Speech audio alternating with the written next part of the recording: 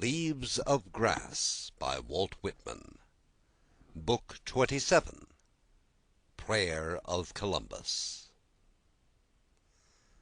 A battered, wrecked old man thrown on this savage shore, far, far from home, pent by the sea and dark rebellious brows, 12 dreary months' store, stiff with many toils, sickened and nigh to death, I take my way along the island's edge, venting a heavy heart. I am too full of woe, haply I may not live another day.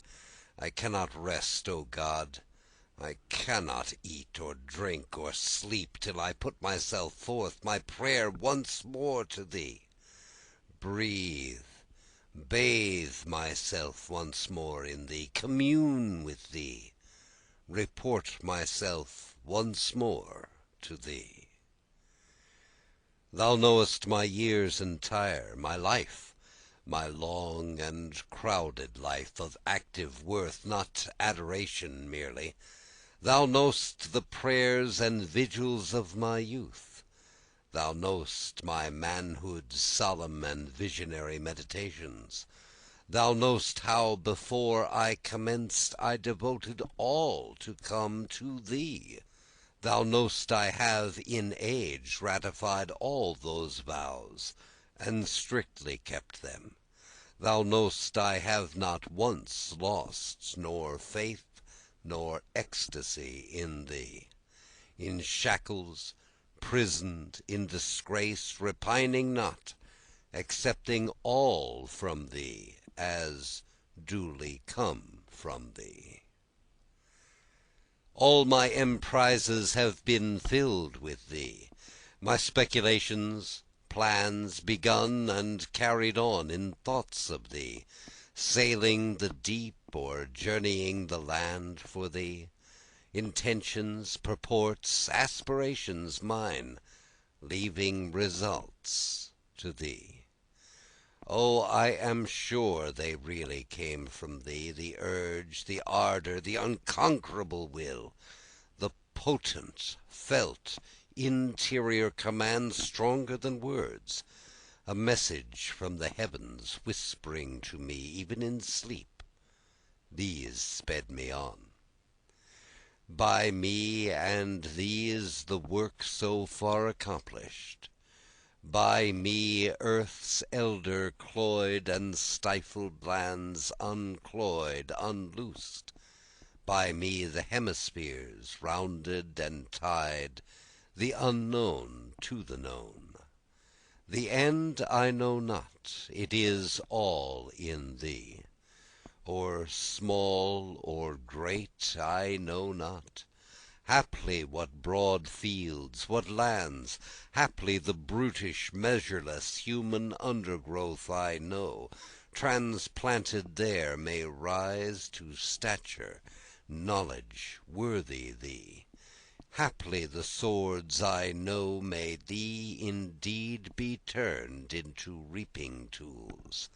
Haply the lifeless cross I know, Europe's dead cross, may bud and blossom here. One effort more, my altar this bleak sand, that thou, O God, hast lighted with ray of light steady, ineffable, vouchsafed of thee, light rare, untellable, lighting the very light beyond all signs, descriptions, languages, for that, O God, be it my latest word, here on my knees, old, poor, and paralyzed, I thank thee. My terminus near, the clouds already closing upon me, the voyage balked, the course disputed, lost, I yield my ships to thee. My hands, my limbs grow nerveless, my brain feels racked, bewildered. Let the old timbers part, I will not part. I will cling fast to thee, O God, though the waves buffet me. Thee at last I know. Is it the prophet's thought I speak, or am I raving? What do I know of life? What of myself? I know not even my own work, past or present. Dim, ever-shifting guesses of it spread before me, of newer, better worlds, their mighty parturition, mocking, perplexing me. And these things I see suddenly, what mean they? As if some miracle, some hand divine, unsealed my eyes, shadowy vast shapes smile through the air and sky, and on the distant waves sail countless ships, and anthems in new tongues I hear, saluting me. So ends Book 27 of Leaves of Grass. Book 28. The Sleepers. 1. I wander all night in my visions, stepping with light feet, swiftly and noiselessly stepping and stopping, bending with open eyes over the shut eyes of sleepers, wandering and confused, lost to myself, ill-assorted, contradictory, pausing, gazing, bending and stopping.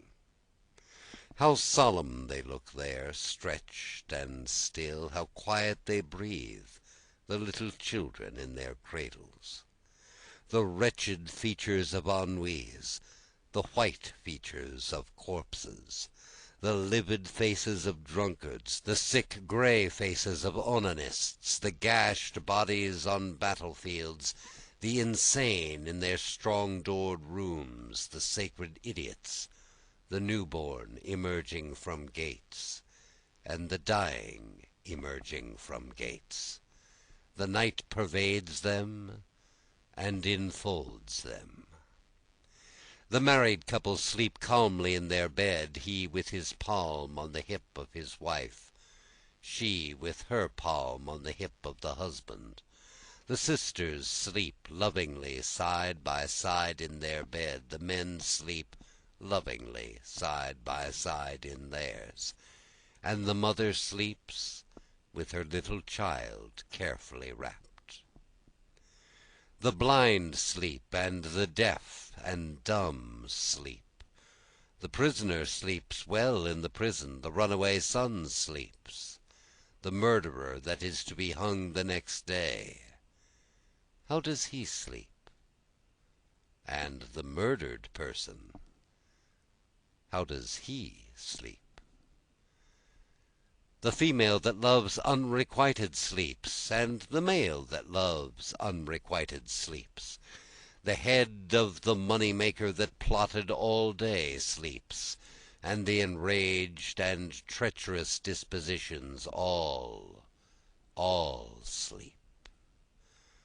I stand in the dark with drooping eyes by the worst suffering and the most restless. I pass my hands soothingly to and fro a few inches from them. The restless sink in their beds, they fitfully sleep. Now I pierce the darkness, new beings appear. The earth recedes from me into the night. I saw that it was beautiful, and I see that what is not the earth is beautiful. I go from bedside to bedside, I sleep close with the other sleepers, each in turn. I dream in my dream all the dreams of the other dreamers, and I become the other dreamers.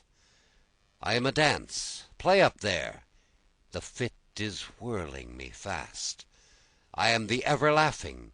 It is new moon and twilight. I see the hiding of douceurs. I see nimble ghosts, whichever way look, cash and cash again, deep in the ground and sea, and where is neither ground nor sea. Well do they do their jobs, those journeymen divine, only from me can they hide nothing, and would not if they could. I reckon I am their boss, and they make me a pet besides, and surround me, and lead me, and run ahead when I walk, to lift their cunning covers, to signify me with stretched arms, and resume the way. Onward we move, a gay gang of blackguards, with mirth shouting music, and wild flapping pennants of joy. I am the actor, the actress, the voter, the politician, the emigrant, and the exile, the criminal that stood in the box, he who has been famous and he who shall be famous after today, the stammerer, the well-formed person, the wasted or feeble person. I am she who adorned herself and folded her hair expectantly. My truant lover has come, and it is dark. Double yourself and receive me, darkness, receive me and my lover too. He will not let me go without him. I roll myself upon you as upon a bed, I resign myself to the dusk. He whom I call answers me, and takes the place of my lover. He rises with me silently from the bed. Darkness, you are gentler than my lover. His flesh was sweaty and panting. I feel the hot moisture yet that he left me. My hands are spread forth. I pass them in all directions. I would sound up the shadowy shore to which you are journeying. 2. I descend my western course. My sinews are flaccid. Perfume and youth course through me, and I am their wake. It is my face, yellow and wrinkled instead of the old woman's. I sit low in a straw-bottomed chair and carefully darn my grandson's stockings. It is I, too, the sleepless widow looking out on the winter midnight. I see the sparkles of starshine on the icy and pallid earth. A shroud I see, and I am the shroud. I wrap a body and lie in the coffin. It is dark here underground. It is not evil or pain here.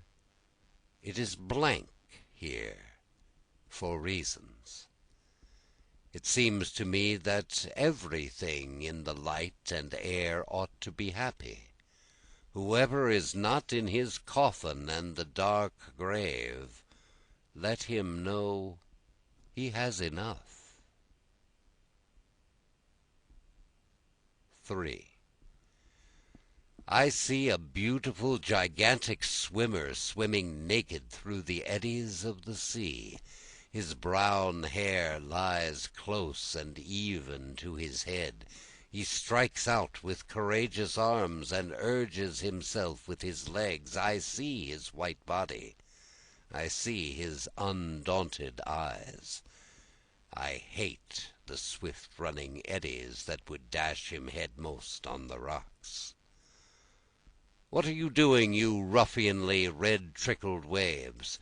Will you kill the courageous giant? Will you kill him in the prime of his middle age? Steady and long he struggles. He is baffled, banged, bruised. He holds out while his strength holds out. The slapping eddies are spotted with his blood. They bear him away. They roll him, swing him, turn him. His beautiful body is borne in the circling eddies. It is continually bruised on the rocks. Swiftly and out of sight is borne the brave corpse. 4. I turn, but do not extricate myself, confused, a past reading, another, but with darkness yet. The beach is cut by the razory ice wind, the wreck guns sound, the tempest lulls, the moon comes floundering through the drifts.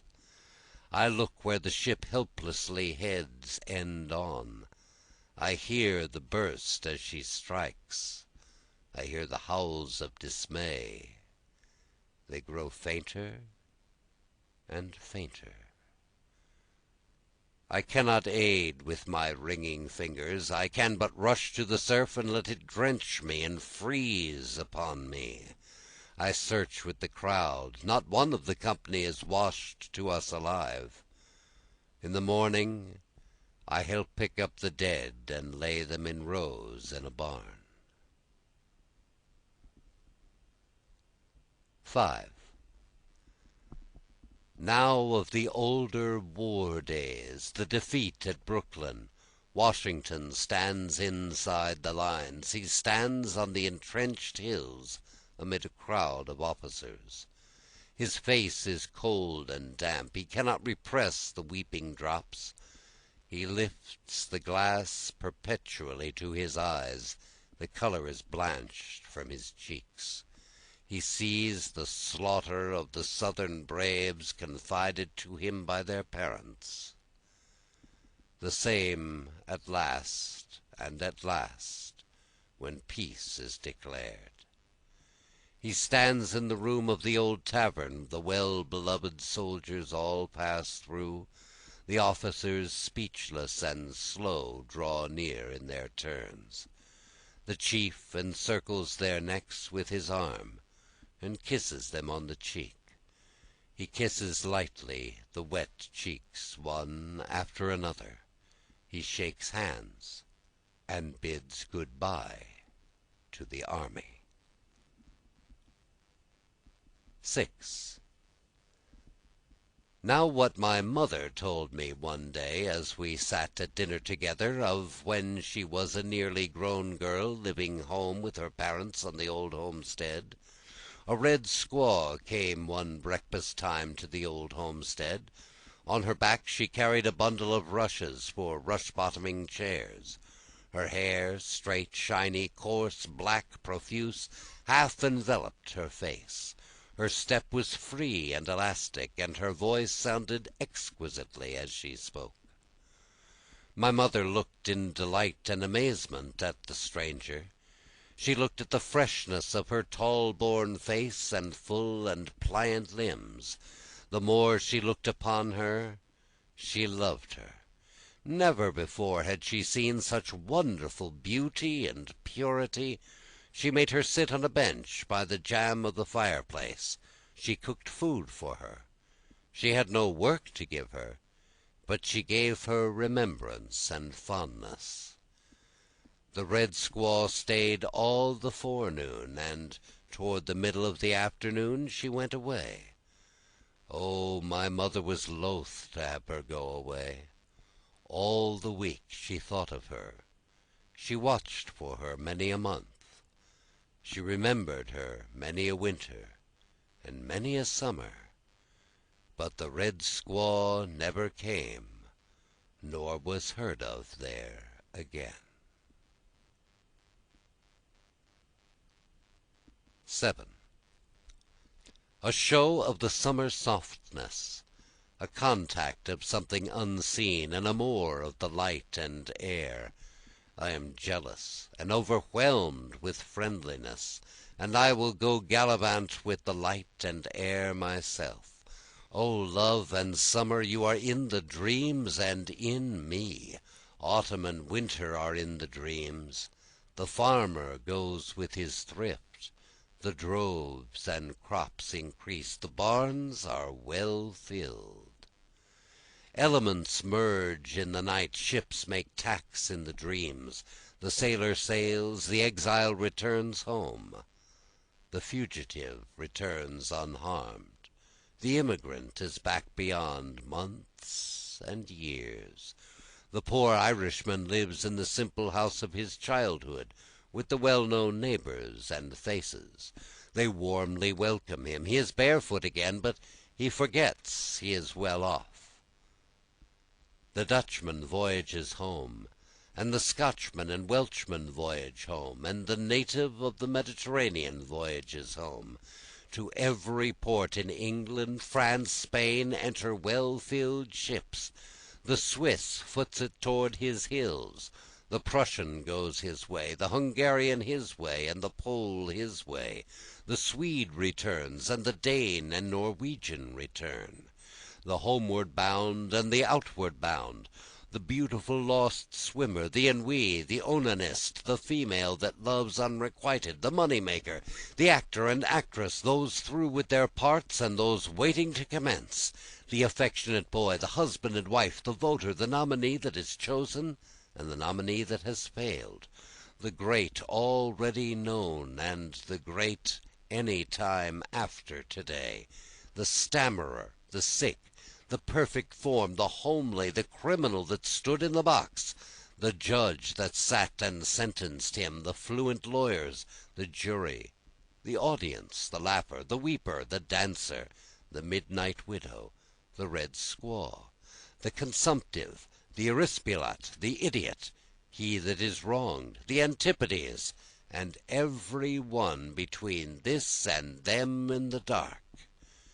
I swear they are averaged now, no one is better than the other. The night and sleep have likened them and restored them. I swear they are all beautiful. Every one that sleeps is beautiful. Everything in the dim light is beautiful. The wildest and bloodiest is over, and all is peace. Peace is always beautiful. The myth of heaven indicates peace and night. The myth of heaven indicates the soul. The soul is always beautiful. It appears more or it appears less. It comes or it lags behind.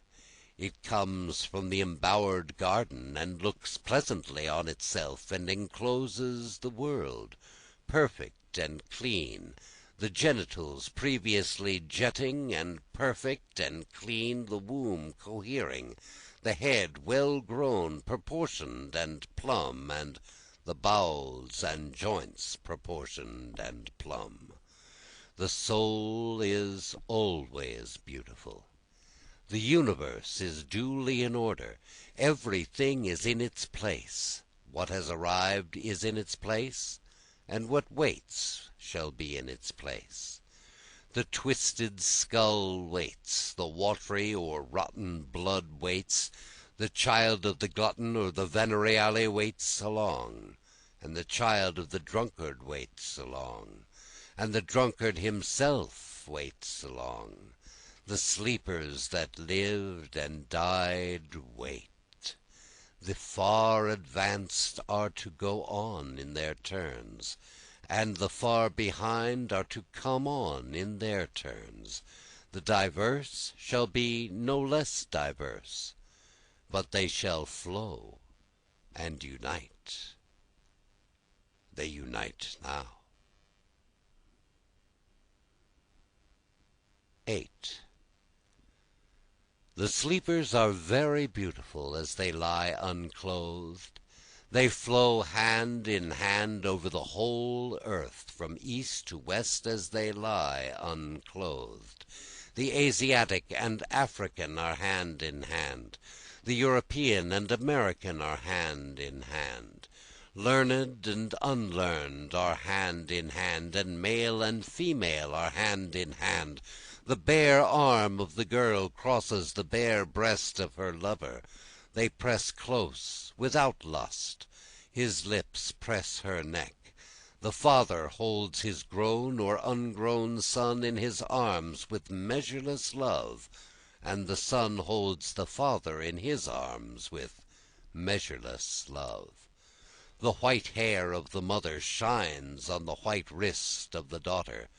The breath of the boy goes with the breath of the man. The friend is enarmed by friend. The scholar kisses the teacher, and the teacher kisses the scholar. The wronged made right. The call of the slave is one with the master's call, and the master salutes the slave. The felon steps forth from the prison, the insane becomes sane, the suffering of sick persons is relieved, the sweatings and fevers stop, the throat that was unsound is sound, the lungs, the consumptive are resumed, the poor distressed head is free, the joints of the rheumatic move as smoothly as ever, and smoother than ever, stiflings and passages open, the paralyzed become supple, the swelled and convulsed and congested awake to themselves in condition, they pass the invigoration of the night and the chemistry of the night and awake. I too pass from the night. I stay a while, O night, but I return to you again and love you. Why should I be afraid to trust myself to you? I am not afraid. I have been well brought forward by you. I love the rich running day, but I do not desert her, in whom I lay so long. I know not how I came of you, and I know not where I go with you, but I know I came well, and shall go well. I will stop only a time with the night, and rise betimes. I will duly pass the day, O mother, and duly return to you.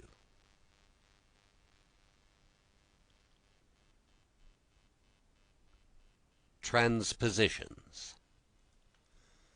Let the reformers descend from the stands where they are forever bawling. Let an idiot or insane person appear on each of the stands.